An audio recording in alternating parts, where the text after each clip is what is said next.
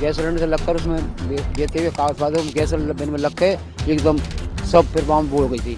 जितने पेशेंट्स हम आईसीयू से बाहर ला सकते थे तुरंत लेकर आए। कोई बुझाने वाली कोई मशीन नहीं थी, कोई पानी भी नहीं, इसमें कोई सुविधा नहीं सर। दुआ बढ़ा तो डॉक्टर और जो नीचे काम करते हैं कंपाउंडर वो सब निकल गए थे। सरकार होती तो संज्ञान लेती, आज बताइए ना कहाँ है। जयपुर से एक दर्दनाक खबर सामने आई है। एसएमएस अस्पताल के ट्रॉमा सेंटर में देर रात लगी आग ने कई जिंदगियों को लील लिया। धुएं और अफरा तफरी के बीच जो मंजर सामने आया वो दिल दहला देने वाला था।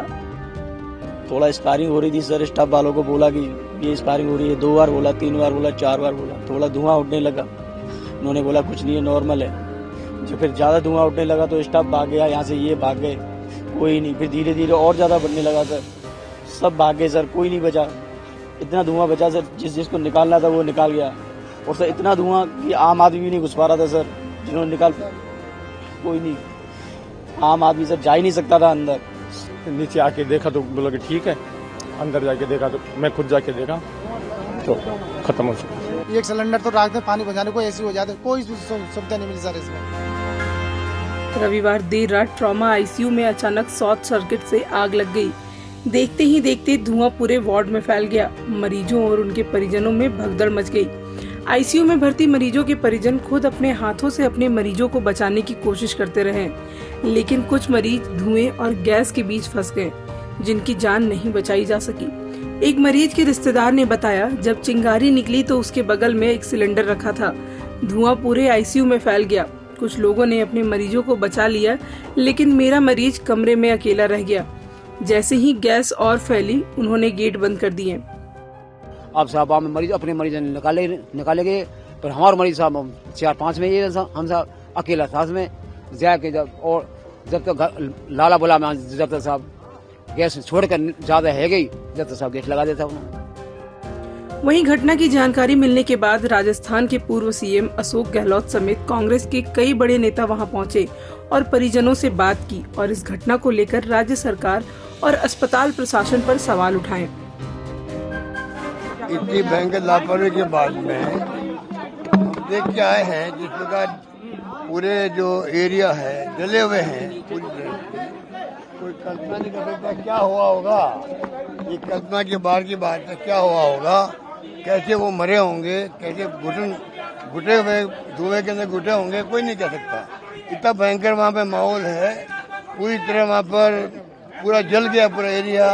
ये स्थिति है। देखिए, सिस्टम की लापरवाही ने 8 लोगों की जान ले ली। सरकार सोई पड़ी है, कोई निकालने वाला नहीं था, कोई बचाने वाला नहीं था, कोई अब पूछने वाला नहीं है कहाँ डेड बॉडियां हैं, कहाँ जो घायल हैं वो कहाँ हैं, कहाँ यहाँ का सीएस है, कहाँ यहाँ का डीजीपी है, कहाँ यहाँ का कलेक्टर है, कहाँ यहाँ का सीएम है, कहाँ यहाँ का स्वास्थ्य मंत्री है।